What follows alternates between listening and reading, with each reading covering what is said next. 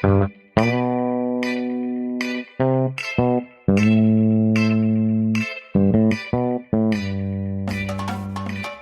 to Directionally Correct, a Felix podcast with Cole and Scott. Today's guest, nobody.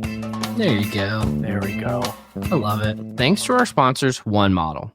One Model helps people leaders at large organizations make consistently brilliant talent decisions by unlocking the analytical value of the data dispersed across your business. One Model's people analytics platform takes all of the heavy lifting out of data extraction, cleansing, modeling, analytics, and reporting of enterprise workforce data. One Model pioneered people data orchestration and has perfected the ethical use of AI and data science for leaders who need transparent and explainable decision support systems. HR and business teams trust its accurate reports, analyses, and storytelling capabilities. Data scientists, engineers, and people analytics professionals love the combination of governance and flexibility that no other workforce insights platform can provide. To learn more, book a demo at onemodel.co/directionallycorrect. All opinions are our own and do not reflect those of any other organization. Yeah, it was definitely hard, like talking to David Solat last week. Yeah. Just trying to be funny and interesting, this sort of stuff. Well, I mean, I feel like you always had to try to be funny or interesting.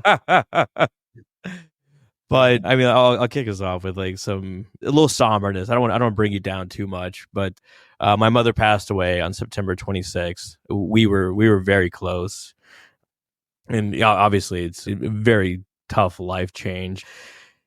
She was very kind, very sweet. I didn't realize as a kid how good I had it. You know, like she would put like notes in my lunch and was always there.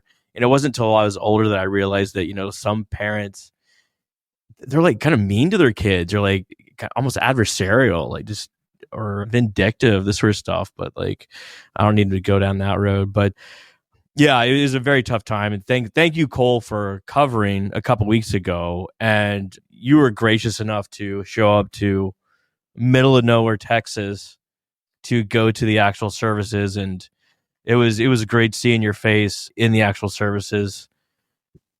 I'd do it again in a heartbeat. Yeah. Well, how are you doing? You doing okay? I'm doing okay. It was a really weird experience, you know. Leading up to the service, like nothing felt real. It still doesn't really feel real, but I had the presence to get up and say some words, and I think they resonated. But like after the service ended, I spoke to you outside and went inside, and you know they had catering for us, and like this like sense of peace came over me. It was so great. But I mean, it obviously very distraught that my mother passed away, but the outpouring of support from friends like you has been just the love, all the love you feel. Like I don't really feel that I have a whole lot of friends, you know, on a day-to-day basis. I don't talk to a lot of people. But the number of people that reached out just to send their love was just overwhelming, absolutely overwhelming. Shout out to Liz Conjar, who was great to me during this time. Max Bloomberg, thank you. He reached out to say, condolences, and I super appreciate that. And obviously you've been great as well. I'm really glad that you're getting the support. I'm glad that, it sounds like you've had a little time to process and things are kind of making sense. I don't even know if that's the right way of putting it, but I never met your mom, but what you said was very touching, and now and at the funeral. So I don't know. I'm just, thank you. It's a really tough time to know what to say. Thank you. Like when my father passed away when I was 13, so like not having that connection to the more distant, all my grandparents have passed away as well. So not having that connection to the past is really wild. Like even during this time, it's like, what was your grandmother's maiden name? I was like, no idea. I mean, honestly, that was my biggest worry when you told me, is like, because I knew about your dad and everything. I was like, sometimes people become sort of rudderless when this type of thing happens, at least for a moment or two. And I was like, I hope you're going to be okay, Oh, super appreciate that. But I will say that good things are coming out of it. Like it's really showed me like, hey, like how many people I do have out there, and to get in contact with people that you haven't talked to in a while. And like, I'll just give advice to everybody. Like, hey, call your mom if you still got them. Call your dad. Call your best friend. They probably want to hear from you, even if Sure. you don't think that they do. They probably do. And also, just be more open. Like, I don't know if I would have shared this otherwise, right? Like, just want to put myself out there a little bit more. Yeah, and like like I mean, we talked about this a bunch. Like, I think I actively encouraged you against sharing. Like, but I just one of the things I really struggle with is the line between personal and professional, Yeah. right? And what is, and it's not like I don't want people to be supportive of me or supportive of you. It's like the folks who have no business knowing. And how do you draw that line, right? And I don't know. I want to make sure that you get supported in the right way when you're going through something like this, and I want to make sure that there was no negative side consequences to something like this happening. Life is short, and there's going to be haters, but Mm-hmm. who cares? And like we've talked about it many times. Just starting this podcast, the spotlight fallacy is so real. I mean, Yeah. I really think that yes, there are people out there will say dumb shit and like kind of like try to dig you, but 99.9, they're great. People are great. They want to be kind. They are kind, and I remember that song I sent you one time, and I can't remember the name of it, but it was basically like, "We're all gonna die anyway, so you might as well say what you want." this is the way I feel in meetings when like someone's getting worked up. It's like, the Andromeda galaxy is going to crash into the Milky Way galaxy in about 2 billion years and probably fling our solar system out into the ether. And the sun's going to envelop the earth in about 4 billion years. And we're all just going to be incinerated. Like, we're all going to be dead by then, clearly. But we're all just going to be incinerated and like nothing matters. So let's just level set before this meeting goes too haywire. Yeah. let's chill out. Well, I think that's probably a good pivot into like some of the things I think about a lot, and we've talked about a lot off the podcast is like, what's the line between your personal life, your professional life, and how do you show up as your true self to work, right? And what is that line, and like what's the right way to approach it? I don't know, especially with what you've gone through. Like, how do you think about it now, and have your thoughts on that changed recently? I mean, I don't know if it's going to have lasting effects. Clearly, I mean, like everything you go through, like you have like momentary reactions, and I got very sort of, for lack of a better word, like loving with other people, very affectionate to other people that I hadn't talked to in a long time.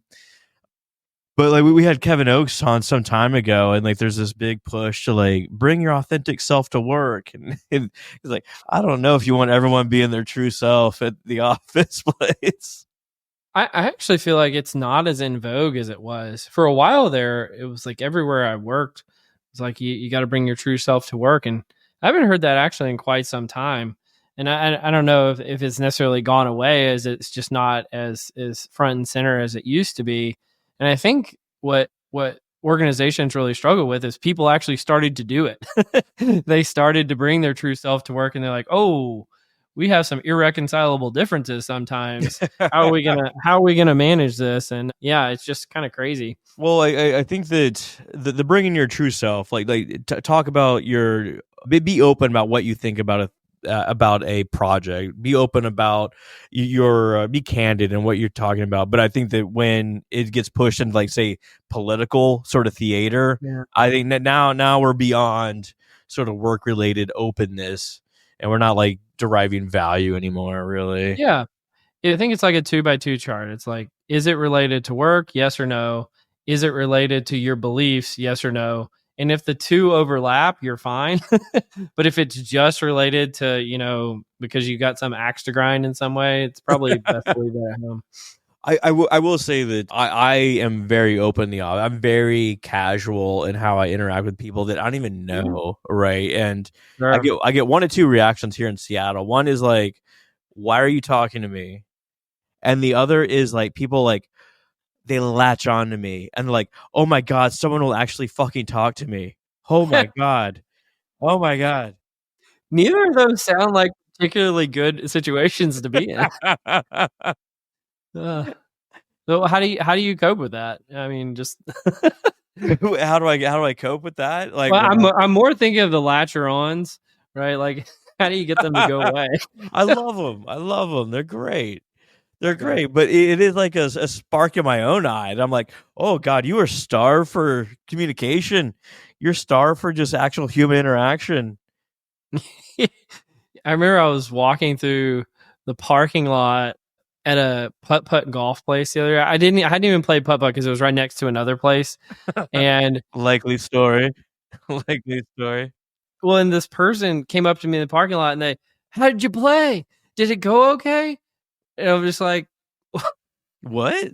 I didn't even play putt-putt.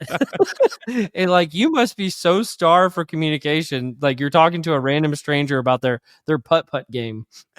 I think in that situation I would be like, what are you trying to sell me? What's going on? What are we doing here?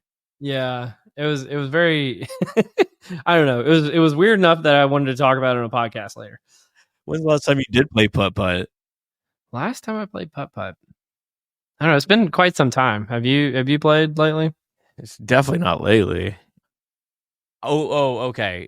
A bit of a fallacy, but not really. So there's I think it's called the Flat Stick Pub here in Seattle, where I walked through it because they had a bar, and I was just like grabbing a beer and just kind of want to see what they had. So it's like one of these sort of like indoor creative putt sort of scenarios where you like, you drink and you play some golf, whatever. Yeah. I did not actually play though. I just sat in the rafters and watched people do their deal. Oh, now that you mention it, I did go to one of those indoor places like a year and a half, 2 years ago in Atlanta. And that was fun. I got to hang out with some folks. One of our previous guests, Sue Lamb at Coke, I got to hang out with some of the folks at the Coke team there. So that was cool. In the West End, the West End in downtown Dallas, it's not a thing anymore.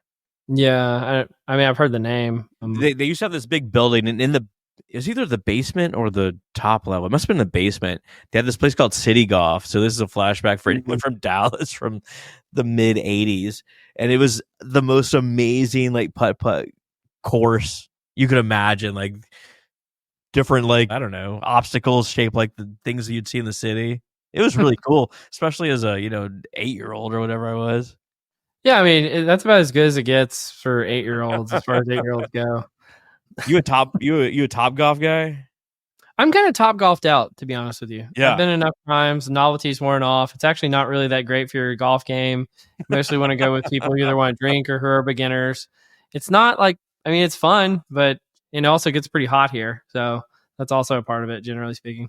I went once, and I think I shot like 3 balls, whatever, hit 3 balls, and it was like $48. I was like, never again. What is this? I don't even like golf, so what am I doing here? This is gonna be too much information, but like, I am a golfer, and hitting off mats is actually bad for your swing. And so it actually makes me worse. So that's one of the reasons why I don't like playing it. I don't understand their business model. Like, I mean, the I understand it. Have overpriced drinks and make people pay by the hour. It's a great business model. But I mean, like, once again, like, how many times are you going to go? And having all that land has got to be incredibly expensive. I don't know. I hear people like anytime it's like it's a very neutral third place where people can go and hang out. Yeah. And so anytime people like come from out of town, or people just like want to say, hey, here's something that anybody can do, because you don't have to be good at it to do it. A lot of people are like, well, let's just go to Top Golf, right? And so it's kind of like a third place type of place to go to. I get that. That is a good team building event where it allows you to show some value in your team. Yep, absolutely.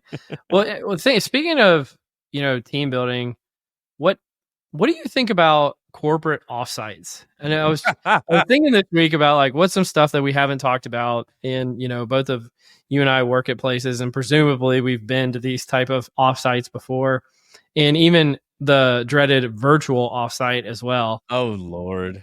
So what are your thoughts on corporate offsites? What are they good for? What are they not good for? And maybe if you want to touch on virtual ones too, be my guest. I will be your guest today. I love that. You kind of are being my guest. I don't know what's going on here. I feel like you need a little desk and like a little talk show sort of scenario. Yeah, Johnny Carson or something. I don't know. Oh wow, that's a blast from the past. Oh, it's funny you say that because I was just had an offsite last week. It was really like I've been to some at previous companies that are like kind of janky or like not real well put together, just very corporate-y or whatever.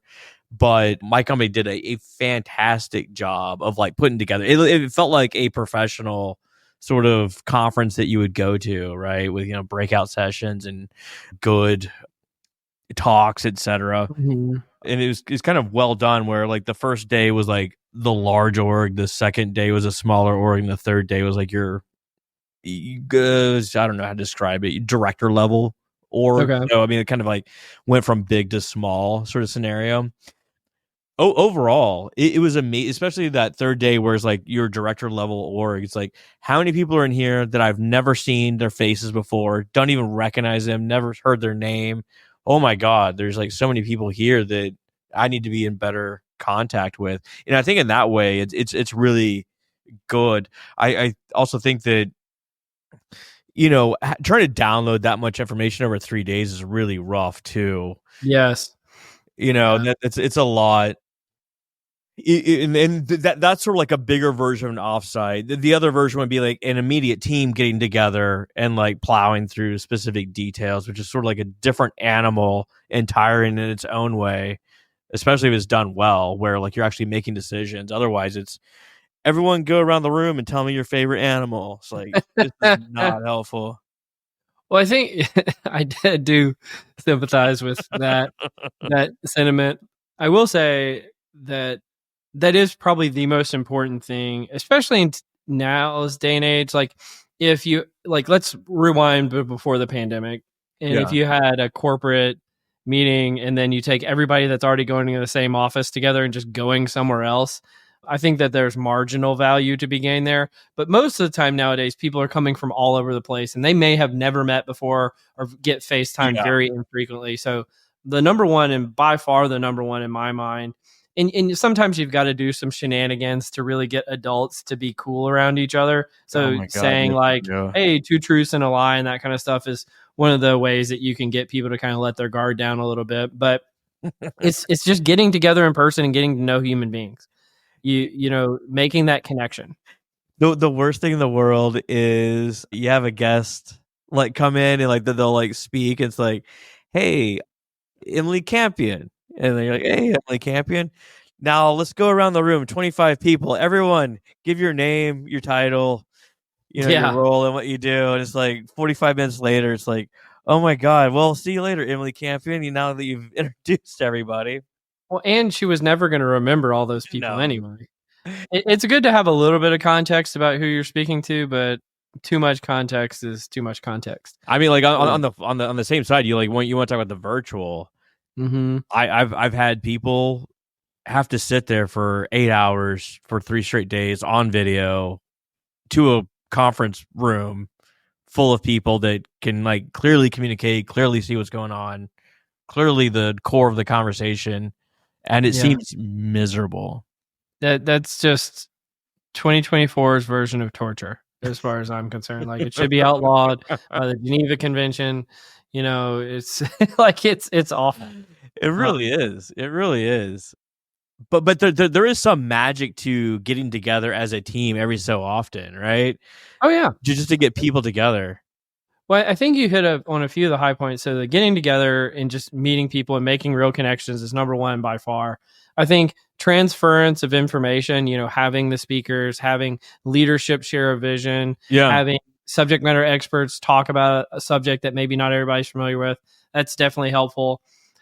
Working on very specific tasks I would say it cuts both ways, because I've been a part of some of these offsites where you have the right people in the room, you can really solve a problem and it's actually going to get solved, or at least alignment is going to be had. I've also been in the ones where they just invite any, Joe Schmo to show up, and you're asking people who have no business trying to solve the problem to solve the problem. That has mixed results as far as my experiences. You get too many cooks in the kitchen sort of scenario where it's like not everyone's opinion is equal here. Or just the likelihood of derailment on tangents just goes up dramatically. And I like a tangent as much as the next person if this podcast is not indicative of that. But it's just not helpful at a certain point, and especially when you have a specific objective in place. I'll say a personal preference of mine, and I think they do work, I just don't like them, is breakout sessions. I cannot stand breakout sessions. I've never liked them. I've never been a part of one that I wanted to be a part of. I've never liked leading them, even when I'm in charge of it. I don't like breakout sessions. I think that's fair. It depends. It depends. Like once again, if you're talking about large organization offsites, breakout sessions where like you go learn about, I don't know. I'm talking about that. You got a room of 50 people. There's 10 tables, and they say, "Hey, 5 of you go to each of these tables, and this table needs to solve this problem. This table needs to solve this problem." And it's just, and it's like self-organized. I just do not like them. I don't know. Yes, or just like here we'll split off into groups every so often. Like a psyop session will come up like this. Like, hey, we're gonna split off into groups and we're gonna solve the core issues of IO together individually. And you're like, your whole pitch for this session is like, let's do a bunch of fucking work. That's your with people who don't know and don't ever care to talk to again. Funny enough, I think I'm on one of those submissions this year. But second of all, it's like, wouldn't it be weird if they actually did solve the problem? Like this problem that's existed since the beginning of time. These 5 people went off and actually solved it. How crazy would that be? Ironically, I mean, that's probably where the best case to solve the problem, get some like diverse opinions and like actually solve the issue. Speaking of PSYOP, man, you got to get your shit together as far as like reviewing these submissions. Like, I can't log into the website. My password doesn't work. It's if I log into the PSYOP website, it works fine. It wants me to set up a new password. I try that. It says no. I tried to create a new username. It's like, no, you're already logged in the system. I was like, I don't know what the hell to do. It was considerably more difficult this year. I agree. Are you okay? You're dealing with this issue too.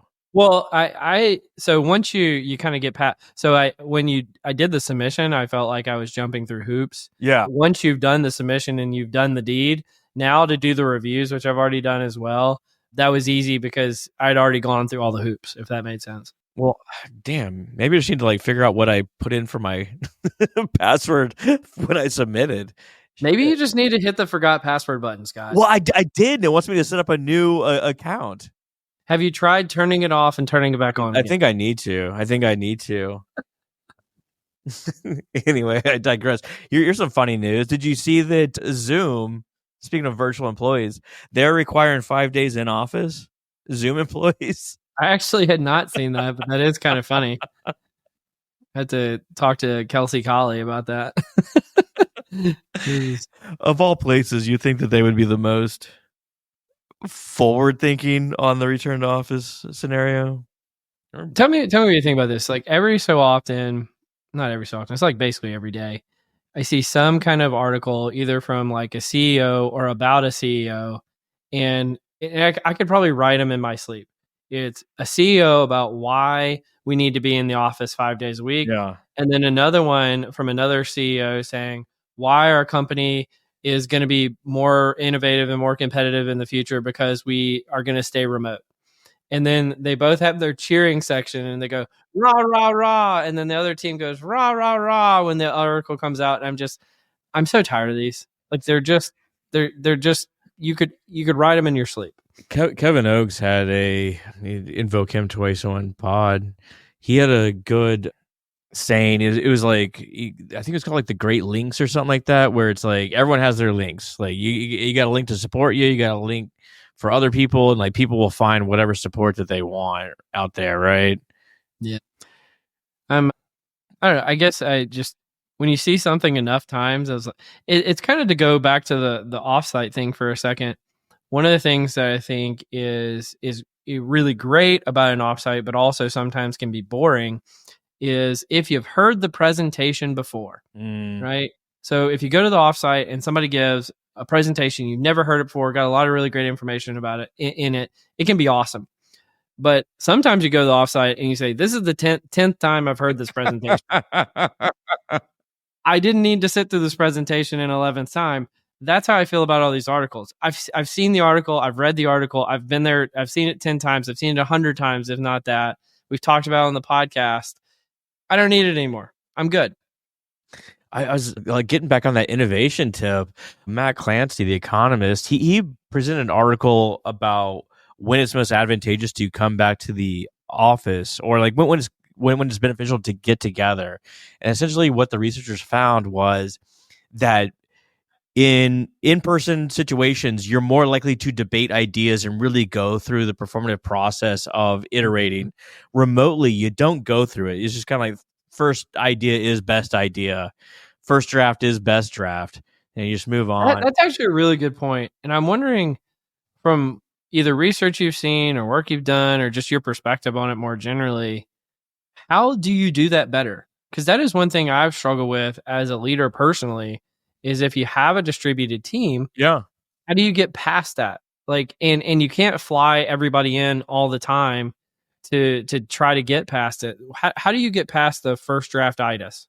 Yeah, well, and to steal like Michael Arena's words, I think you got to get like really intentional, and you have to be like really mindful of what stage you are in innovation, or ideation phase, right? Like, so if and that's difficult, granted, right? You don't know when ideas are sparking and when things are popping off, but like once you feel it start to happen, or you got to make it happen, that's probably the time to bring in 2 to 3 close people close to that project, whatever, Yeah. and let them get together and hash it out over 2-3 days, whatever it is.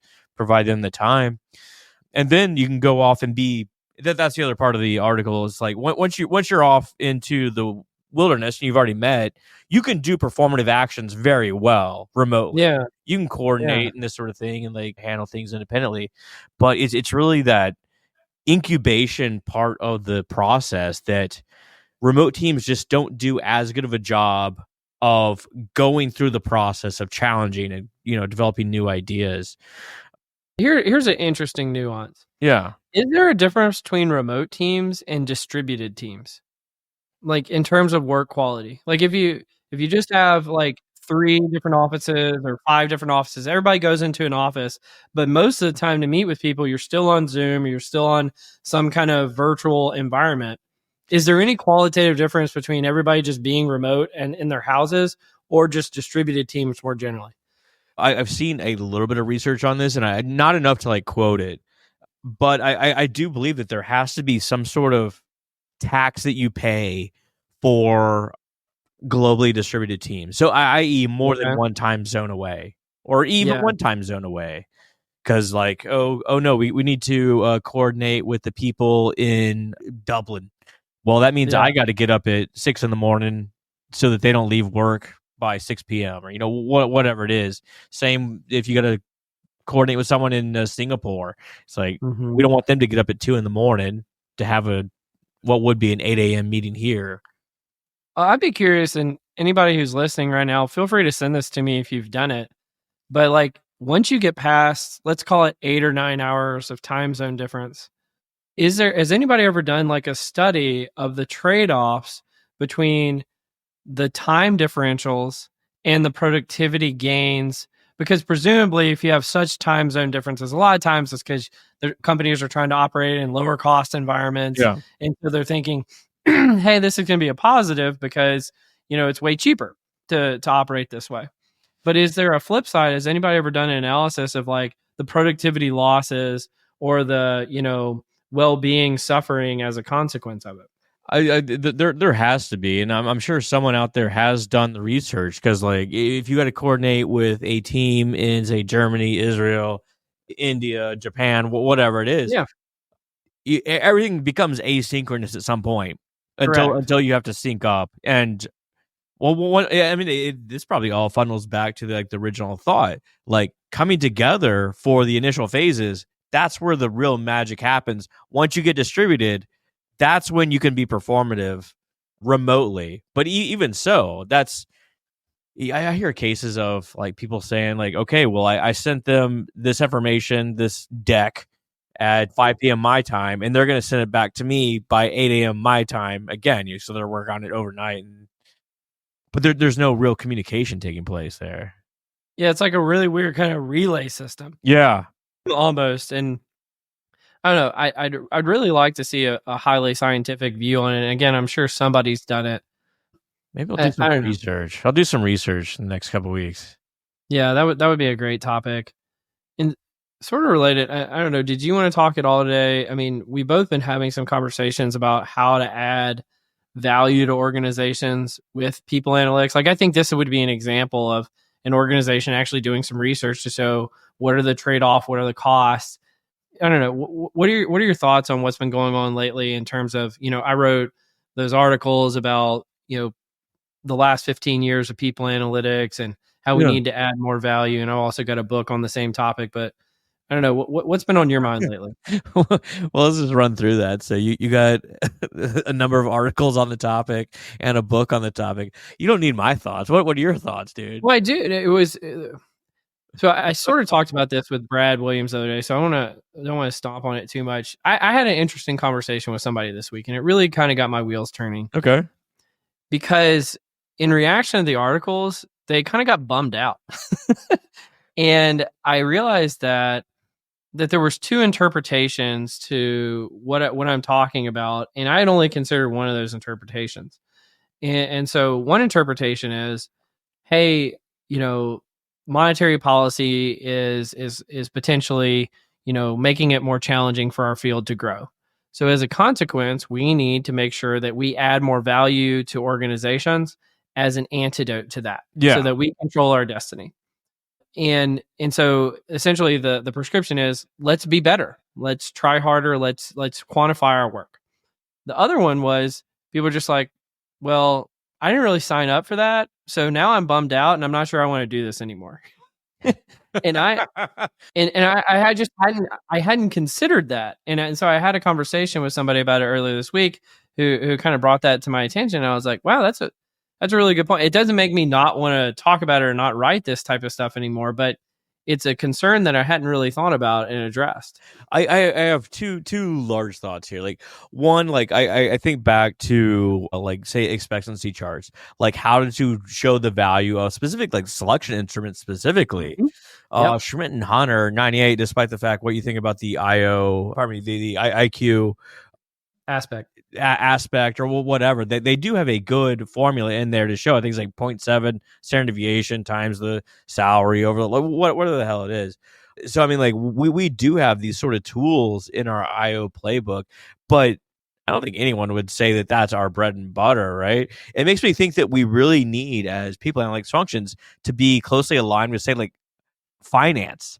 And like, if we have a project, have them calculate what is the expected value, what is the implementation cost, what could we potentially get out, what's the worst case scenario for the scenario, and then now it's off people analytics hands, and we're not doing these like things where it's like, well, we saved 15 hours of employees' time, and like 15 hours times $100,000 a year, whatever the hell it is, that's $1 million. And people are like, oh yeah, but people are just like, laying on their couch or something for those 15 hours. A lot of people like, it's not like they're being more productive. They're just not doing that work anymore. They're just not. You just like took away like 15 hours of productive work is what you did, right? But if you put it in the hands of finance, they could have a business sanctioned dollar value, almost a refereeing body to kind of show the value of our work. Well, I like that you teed it up that way, because that was kind of the point of the conversation and why I really wanted your perspective on this. Because I've been thinking about this a lot lately. Is, some folks went into HR or IO psychology or people analytics explicitly because they didn't want to partner with teams like finance, right? And do you think that has a role in the future of people analytics? Like, should that be a core expectation of our field, or is there a reasonable case to be made for that? We should be immune to all this. Like, and again, I want to, like you were mentioning the Smith and Hunter example, give some credit to like the folks, John Boudreau, Wayne Cascio, Alexis Fink. Investing in People is one of the best books out there ever on finding different ways of calculating the value of human capital initiatives, right? And they give the Smith Hunter example, but they give a variety of others. And so I'm just wondering, like, some people probably never heard of that type of analysis or think it's irrelevant to what they do. How do you react to that? Well, my initial reaction is like, why would you not want to know the value that you're adding? I mean, we do know from the IO literature that pay for performance is very much favored by high performing individuals. And to be able to, I think that if you knew how much dollar value you were bringing in, it would cause you to think bigger, have better ideas, and not have such sort of like, incremental, iterative sort of advancements or just stay the course sort of performance. I really think that you could advance the field, your job. You can get promoted faster, all these sort of things if you quantified the value that you're bringing in. And if you don't want that quantified, what's going on? What's going on with that? Well, tell me how you react to this, because I think part of the what's going on, I don't think there's a single cause, but I think a lot of people, especially let's say the folks with PhD suffer from this, is they just kind of they got a PhD because they wanted to go do research, and there was a really cool point in time where, you didn't just have to go into academia if you want to do research. You could go into, a big FANG company or a big governmental body, and you could do some really world-class research. And there were the same kind of constraints as if you were in academia, like you didn't have to prove the value of something. Right. And I think like largely that time is somewhat passing. And I think folks didn't really want that to pass. They wanted to just kind of continue on that pathway forever. Well, I mean, just think about what you're asking. Just from a practical standpoint, it's a business. It's here to make money. It's not to make you feel great about your life. If that comes along, fantastic. You could bring your whole self to work, Scott. It'd be great. Bring your whole self to work. But like, imagine, okay, like people during the pandemic were posting these things on TikTok and Twitter of like a day in the life. I come in about 10 a.m. and I grab a free bagel, and then I go to the workout studio. I talk to my friend, and like we hang out and have a free lunch. I kick out about 2 p.m. and then like go straight to the gym. It's like, I'm so happy that you're living your best life, but that is not providing value to the organization. Well, it seems like that's probably not the kind of evidence you want out there when your employer's performance review comes along or something like that. But I mean, you can do research and provide value at the same time. You just need to like kind of like flip your mind on it, right? That has been my perspective the whole time, and I'm really glad you said that, because that was the thing that just didn't click for me. Is I just assumed everyone felt that way. Is it's not a mutually exclusive environment where doing research and adding value have to be at odds with one another. Like I always saw them as complementary. And so that's my hope, is that we can get further in that direction as a field. Just say, hey, we can all be good at this, because frankly, to do a lot of the adding value is the same type of skills that you need to do research. It's the same stuff. It's just applying it in a different way. It's applying it in a different way, and it's just like one step beyond. Because think about our whole what people analytics is all about. It's about helping leaders make better decisions. Like we are not actually making the decisions. We can make recommendations. We can implement programs. We can implement trainings. All this sort of stuff to help out leaders to make decisions. That, and like you got like a little correlation, and like you get a regression, you get a ANOVA, whatever you got. All this is designed to help make future decisions. Just slap a little correlation on it, just like a little salt and pepper, just a little correlation. Just put it in there. This has been fun. I feel like I don't want to monopolize the conversation about every week talking about the same thing, but it is top of mind for me. So that's just something I'm thinking about. No, and you have a great way. We've talked privately about different ways to show value, and I won't put you on the spot here, especially if it's already been talked about in the past. But like you are masterful at this, and everyone ping Cole. He'll get free advice. What already happens. But the thing is, and so I guess I'll just get into it now because I think I disappoint every single person when I talk to them about this because I think they just assume I have some like kind of magic formulas that no one else has, and that's really what happens. And it's really like a few basic blocking and tackling things. Like one is make sure before you do some work that you strategize a way that you could quantify the value of that work before you start, Yeah. not after you start. And another thing that I do, I mean, like I have probably like 10 or 15 of these things, but these are kind of the main two, is just plan for evaluating the effectiveness of your work before you do it, right? Which is like typical program evaluation, but really just focusing on the ROI. The second is mandating to your teams that they track the value of all their work, right? Because if you mandate it, then at the end of the year, you can tally up all the ROIs that you brought and get to a single figure, which then gets to my whole ref on pay for yourself 10 times over every year, right? So if your team costs $1 million, guess what? Bring in $10 million of value. Great. I promise you, you will have an unimpeachable position with your CHRO, your CFO, your CEO, whoever, if you cost $1 million and you bring in $10 million of value. I promise you, you are untouchable. I'll build on what you just said there and say that it's like Hubbard's How to Measure Anything is it's all about confidence intervals and this sort of stuff. Mm-hmm. And yeah, I mean, like if you're saying like money saved by hours spent on a project, whatever, maybe it's here or there, whether it's super accurate or not. At least it's a figure. It's like we saved $1 million. Maybe it's a little more, maybe it's a little less, what have you. Yeah. But here's the overall value. It's way better than going in and being like, "What'd you provide?" Be like, I don't know. Well, and that's why it's 10 million instead of 2 million, right? Yeah. That's why it's 10x, because the reality is, and to throw back to our name, most of these analyses are directionally correct, right? Yeah. There, like you said, Hubbard, there's an upper bound estimate, there's a lower bound estimate. I would say try to be conservative in your estimates, but also if it's 10 million, who cares if in actuality it's 5 million? Because you're still 5xing it, right?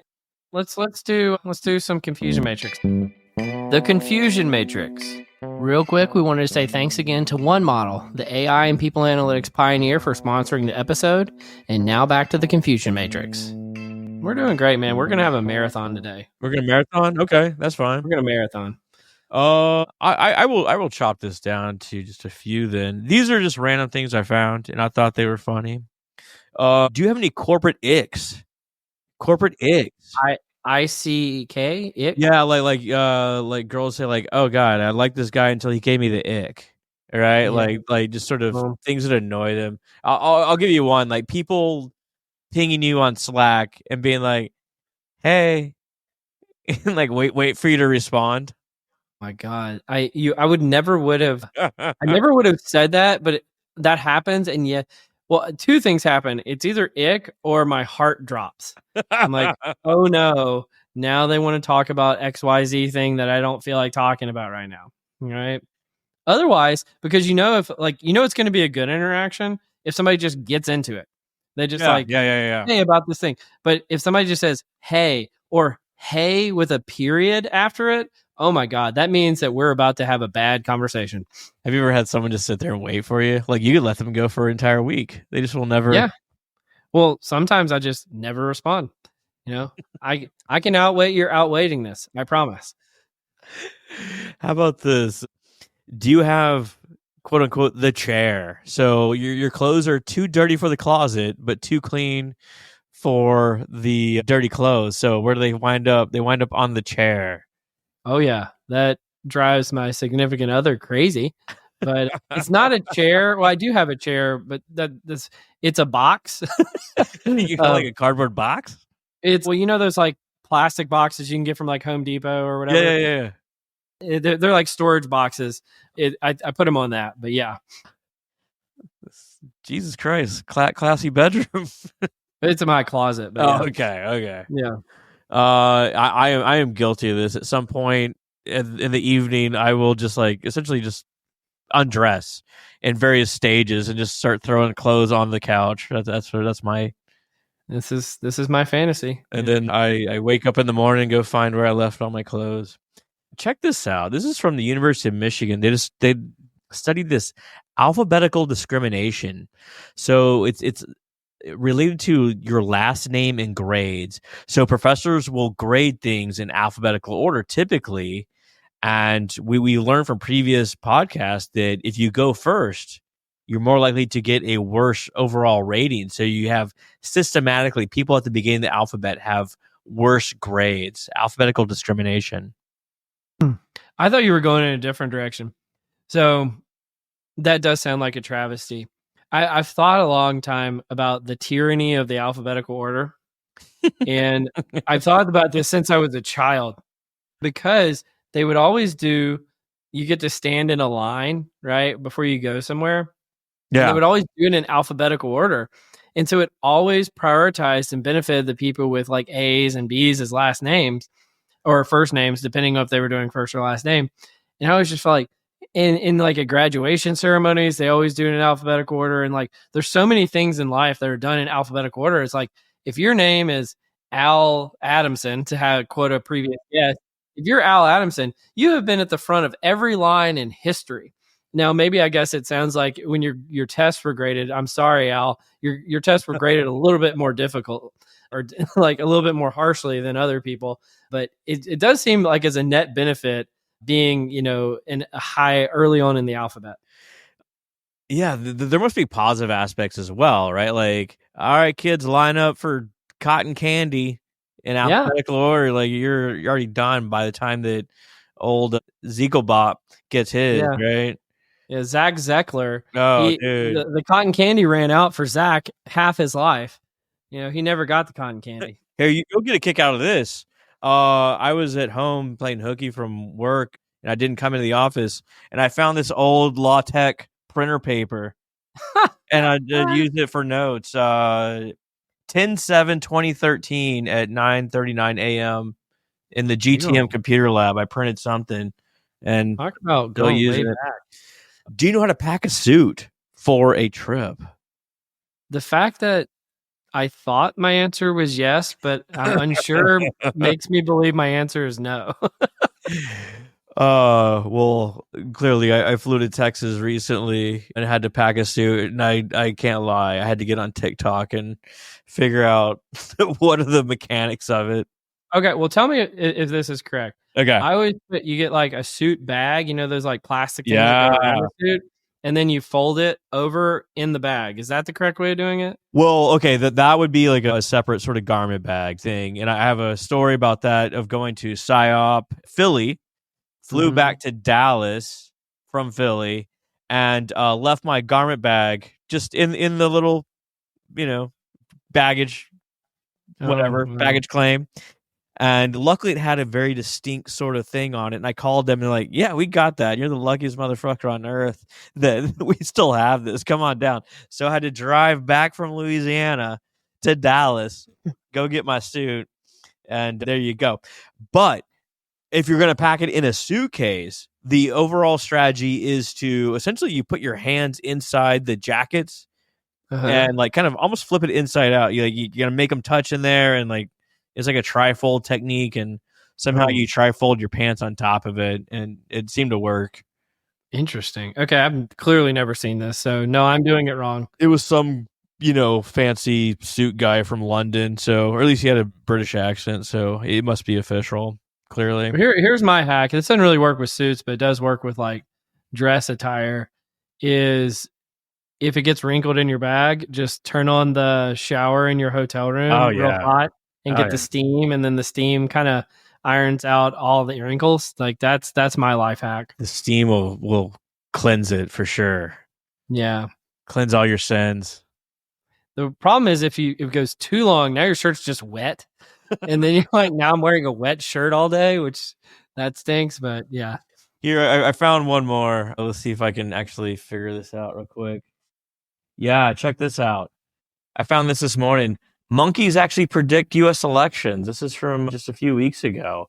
But essentially, you could argue that that's true on multiple levels, but continue. Apparently, when presented with photos of the candidates, they stare at the loser longer. And they think that I think it said that they're have a preference for masculine features. So essentially they're picking up on feminine features. But it's been correct for several cycles in a row. But there you go, man.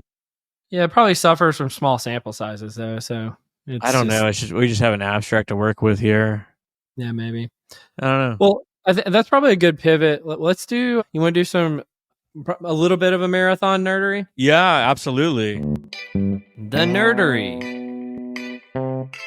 Absolutely. What do we call this? Is it trading blows? Trading blows. Yeah. I've got an interesting one to start out with. I think you'll like this. You may have seen it, but if you haven't, I'll be happy. And credit to Richard Rosenau for sending this over. But it's another good Ethan Mullick find. Conformity in large language models. And so what they did is they did the ASH conformity experiments, but instead of on human beings, they did them on LLMs. And guess what? All of the LLMs still suffered from the need for conformity. So if other people or experts were telling them that, hey, I believe the thing that you don't believe or whatever, how I can't remember exactly how the ASH conformity experiment goes, but essentially, I always get them confused between if it's the one where they do the electric shocks or the one with the line length or what have you, or the one with Confederates and all of that. But the point is that the LLMs still suffer from the bias for wanting to have conformity with others. And first of all, that's hilarious. But second of all, it's disturbing because you would hope that they're trying to go for ground truth, not just what everybody agrees with.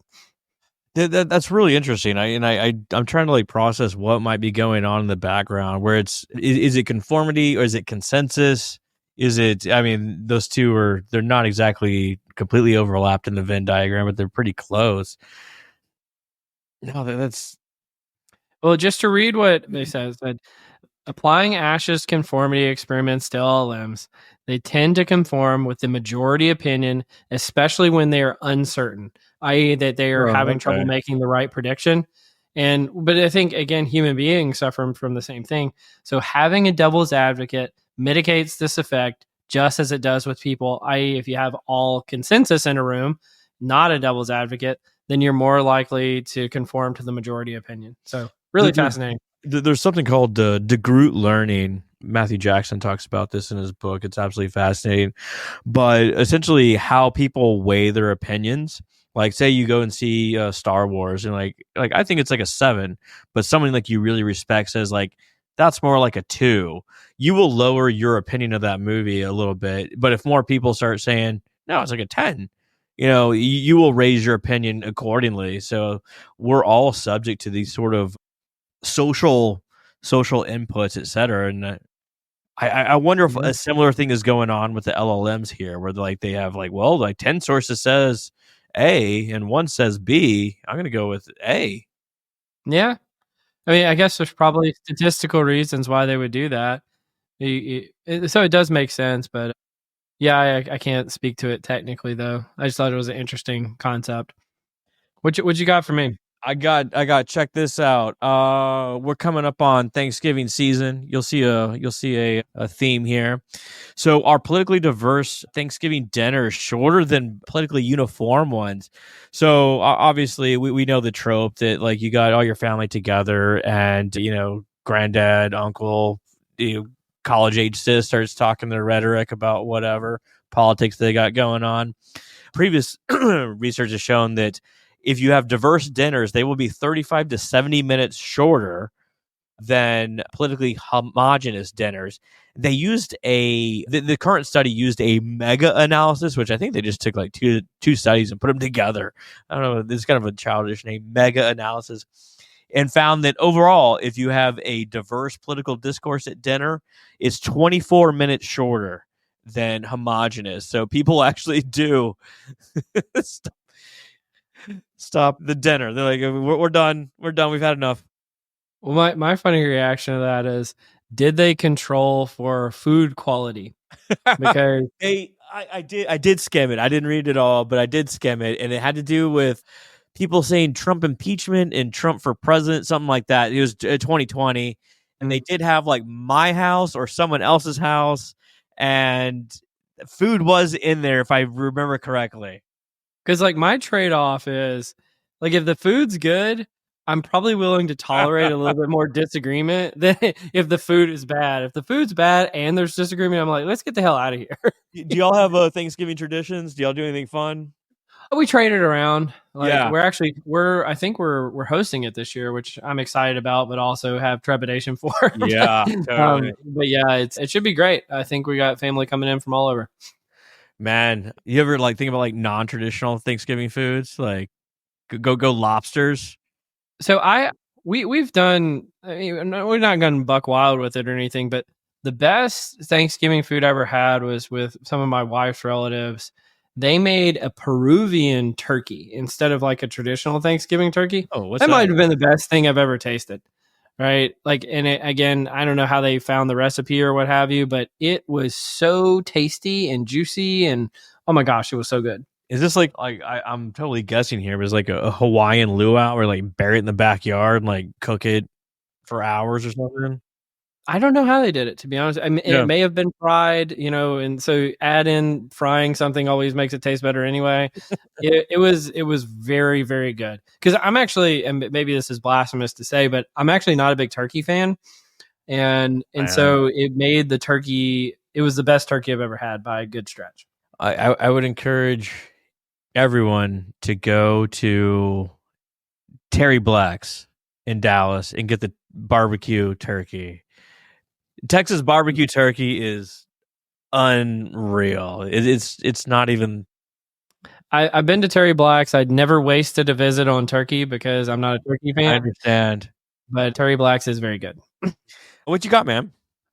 Well, I wanted to build on the point you made a second ago about the mega analysis. Yeah. Have you ever heard of something called SMOTE? Do you know what SMOTE is? SMOT? SMOTE. It's not ringing a bell. Okay. So I don't know what it is either, but they were talking about the title of this article is from the Journal of Data Science. Is augmentation effective in improving prediction in imbalanced data sets? So the thought here, and I haven't done this type of analysis in quite some time, and I was not familiar with this term called SMOTE. But apparently, like think about it, if you're trying to do turnover prediction and you've only got 5% of cases are in the turnover category and 95% are in non-category. There's many different techniques you can do to balance your data set, right? So you have an imbalanced data set, you're trying to balance it. And one of the leading ones that has been put forward is this thing called SMOTE, which I had never heard of. But these authors, they basically looked into it and they found that both SMOTE and oversampling distort class probabilities, compromising model performance. And so I'll put a link in the show notes to the article because it is pretty technical, but they gave some suggestions about how to do better prediction in imbalanced data sets. And so I thought for some of the more technical members of our audience, they might find it helpful in terms of, these are the types of things we're trying to predict in the workplace. Yeah, I mean, this is a big problem, specifically in turnover prediction, where it's a rare event, specifically voluntary turnover, right? Where you may have, I don't know, 5%, something like that turnover. So now you're talking about like a very select group. And if you start just duplicating cases or oversampling, I mean, you could start getting like some like weird findings there that would lead to inaccuracies in how you want to handle it, especially if you want to do the worst thing ever, individual level turnover prediction. And like go talk to individual people, be like, hey, you look a whole lot like the people that already left. What the hell's up with you? You look like you're thinking about quitting. Have you considered not quitting yet? Have you considered quitting? We're thinking about you. One of my favorite things, and this never ceases to amaze me because this always happens, is you get kind of the junior level data scientist who comes in and they're gonna predict turnover. By God, they're gonna predict it. And again, you have an imbalanced data set, and they go, "Look, my model is 95% accurate." And really, all they found is that they just predicted everybody would stay, and that means 95% of the people stay. So now they're 95%. And I was like, "Yep, this is somebody who doesn't understand, statistics or data science very much at all." I mean, I've been guilty of this in the past. Be like, oh my God, we're so good. It's like, nah.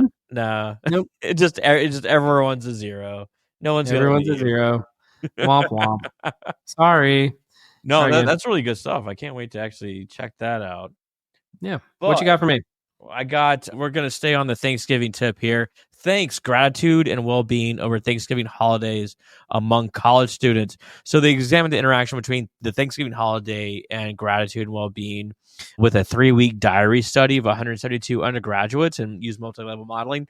What they overall found was that people had higher levels of gratitude on Thanksgiving. So that sounds great. But when you put in the within person level of gratitude, they did find negative relationships between Thanksgiving and life satisfaction. The overall finding is that gratitude is crucial for determining if a person will have positive or negative affect around Thanksgiving. Sort of interesting. Interesting. So let me make sure I understand this. Yeah. So the within person, that means that even though they're having gratitude, they still feel depressed. Am I interpreting that correctly? They will have elevated perceptions of gratitude, but when you control for them over the entire length of the study, they may be higher or lower. So the overall sample has higher gratitude on that day. Yeah. But when you control for the within person, the gratitude will really affect whether your life satisfaction is higher or lower. So, okay. So once again, go call the people that you think that you may want to call. All the people that you love, you know. It's about gratitude, man. It is. I get that sense on Thanksgiving. Sorry, international listeners. Surely you can be grateful for other things on other days, but as a side note, I still don't understand why international folks listen to our podcast. And there's a considerable number of people, and like all of our references make no sense to you. I don't know.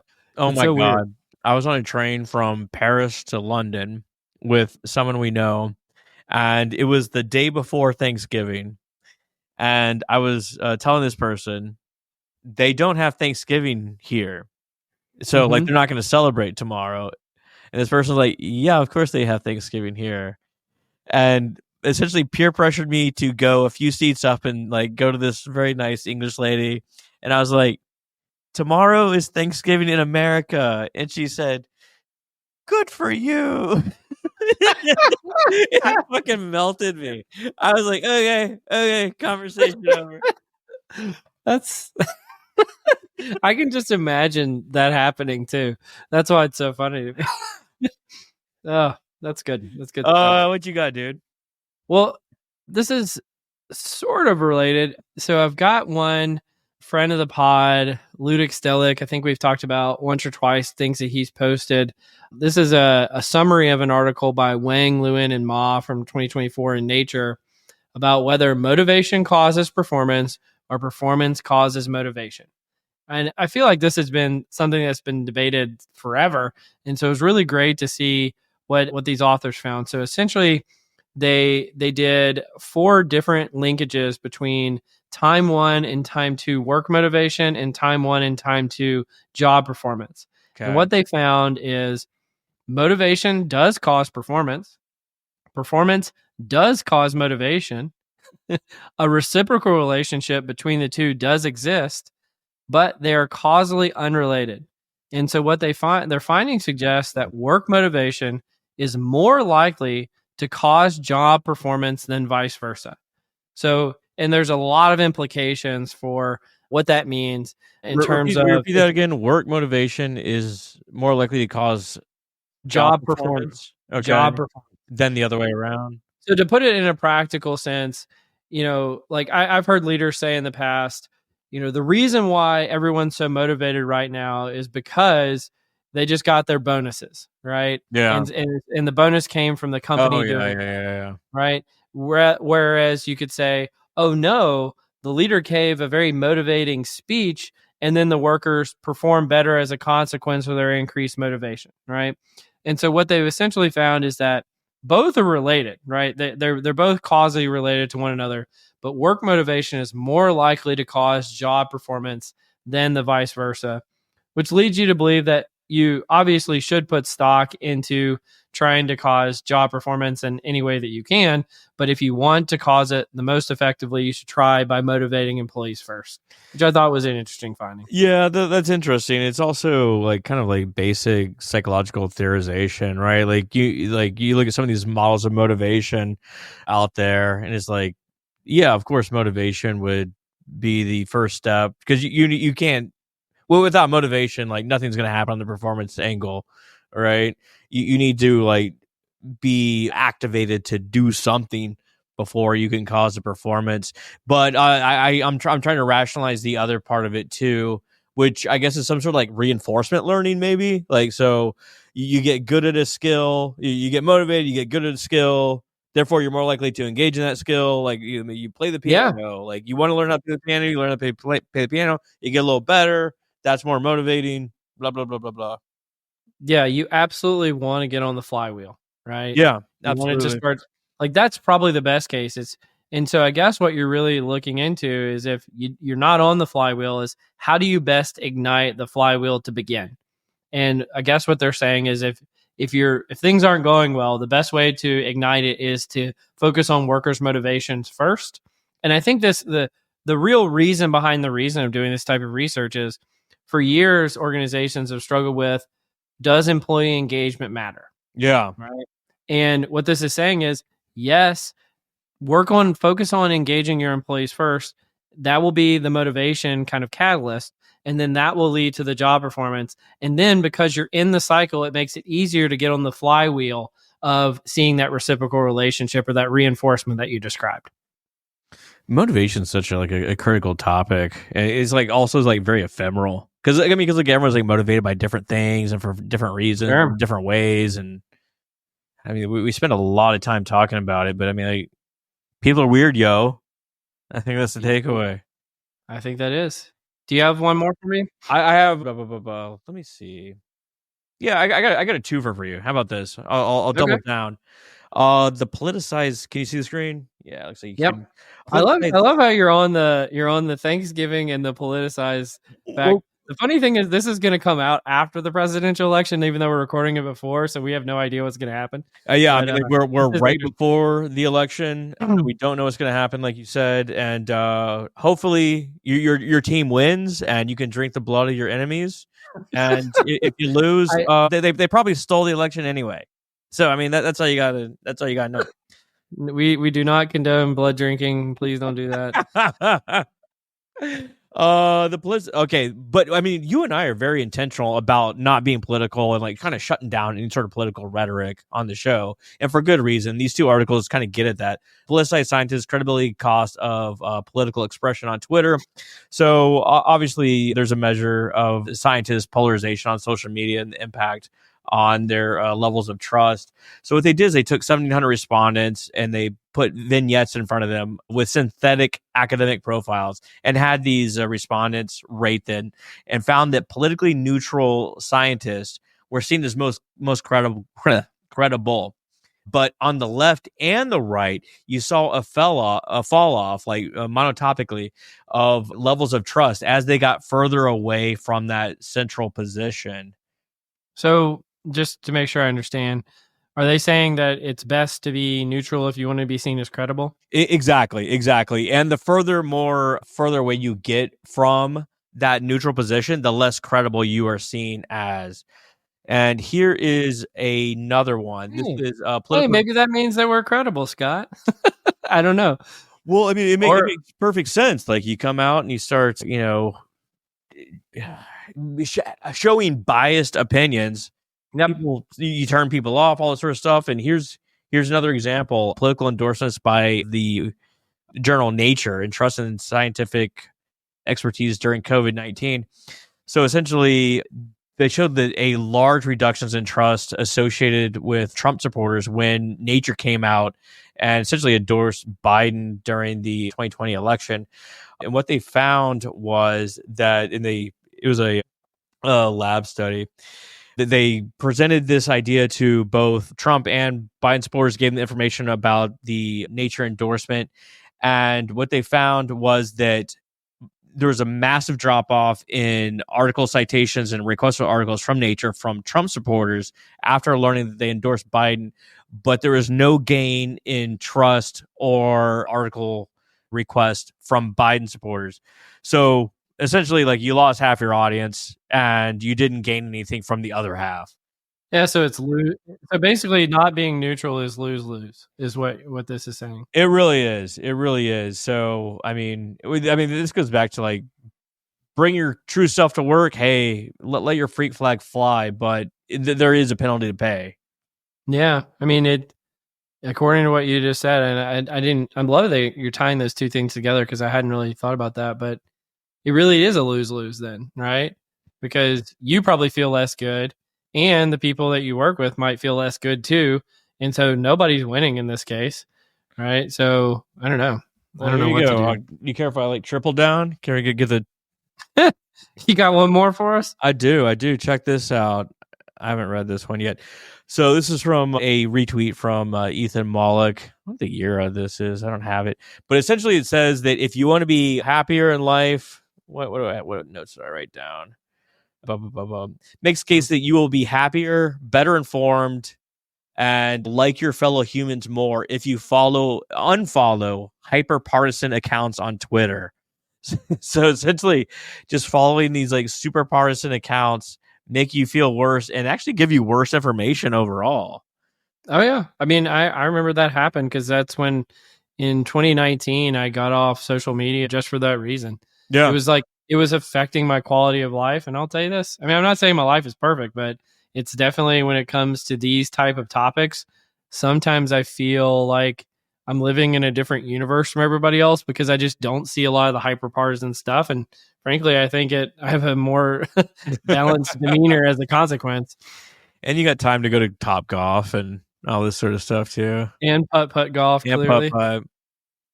Well, on a related, this is just accidental, but it's on a related note, and this is from a friend of the podcast, Emily Pelosi sent this to me. Hey. New patron of the podcast as well. So thank you, Emily. Number one rated podcast affiliate. Gosh, this is such a doing this podcast sometimes is so weird. Just talking about some of this stuff, like this is so awkward. She was my celebrity crush. She was. We talked about that. Hey Emily, how you doing? God, this is so crazy. All right. So in the Journal of Applied Psychology, one of the things that which was striking to me wasn't so much the framework they put forward, but this article is called Toxic Work Climates, an integrative review and development of new construct and theoretical framework. And so much research has been done about the what I consider to be the most obvious thing ever, which is if you work in a toxic work environment, your life probably is worse as a consequence in a variety of ways, right? It's shocking. Yeah. Shocking, right? But the thing that no one had ever done apparently is to create a definition and construct of what a toxic work climate is. I like this. I like where this is going. And so what they essentially, a lot of times they focus on things like abusive bosses or aggressive employees or signs of bullying or incivility and the like, but they actually put together an integrative conceptual review. And, Emily's like, I've been sending this to everybody. I was like, well, I'm glad. Please send it to me because I think this is so relevant at this moment. It's like, we need a theory of what it means to be a toxic work environment so that we can perhaps diagnose and then untangle these type of things that are going on in organizations. Yeah. I mean, you start with the first step in psychometrics is define the construct. So this is what that is, and it reminds me of like you go back to like I'm one of these heathens that are online, and there's lots of people that talk about their toxic relationships and this sort of thing. It's like, well, what did he do? It's like, I asked for a large fry, and he brought back a medium fry. It's toxic situation. Like I don't know if that's what. I don't know if that's what's really going on. I just think that you just got mad, but. And you see the male perspective too, clearly the kind of analogous sort of situation.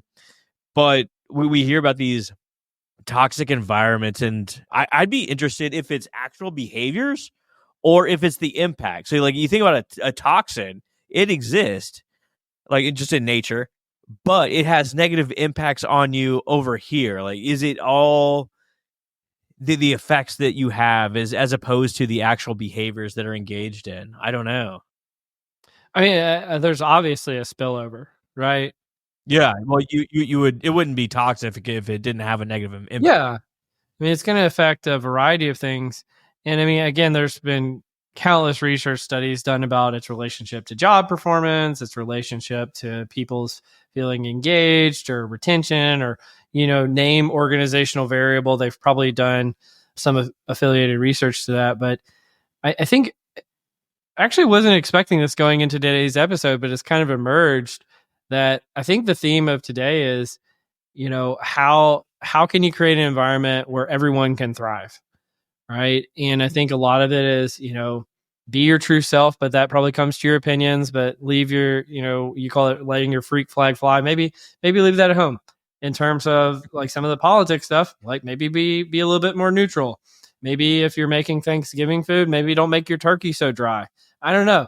Like that is the opposite of a toxic work situation. Nice juicy turkey.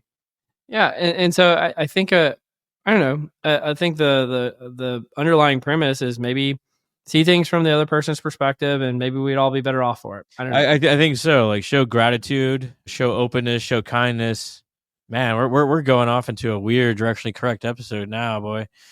It has been weird. I mean, we started off on a not typical foot, and I don't know. I think it's kind of good to lean into it, considering what's been going on in your life, what's going on in the nation, what time of year it is. Yeah, and it's just a weird, crazy time. I think so. I think that's well said. You wanna wrap it up here, dude? Yeah, let's wrap it up here. It's been fun, and I don't know. I'm just glad to be friends with you, dude. And Love you, bud. I'm glad to hear you're doing better. All right, thanks everybody. Directionally Correct is dedicated to you, our listeners, to help educate and entertain you on how to effectively do people analytics. By supporting this podcast, you are helping us continue to provide valuable insights and knowledge to our listeners. Please consider becoming a patron of the podcast. You can find the link to sign up in the show notes or at patron.podbean.com/directionallycorrect. Thanks for your support.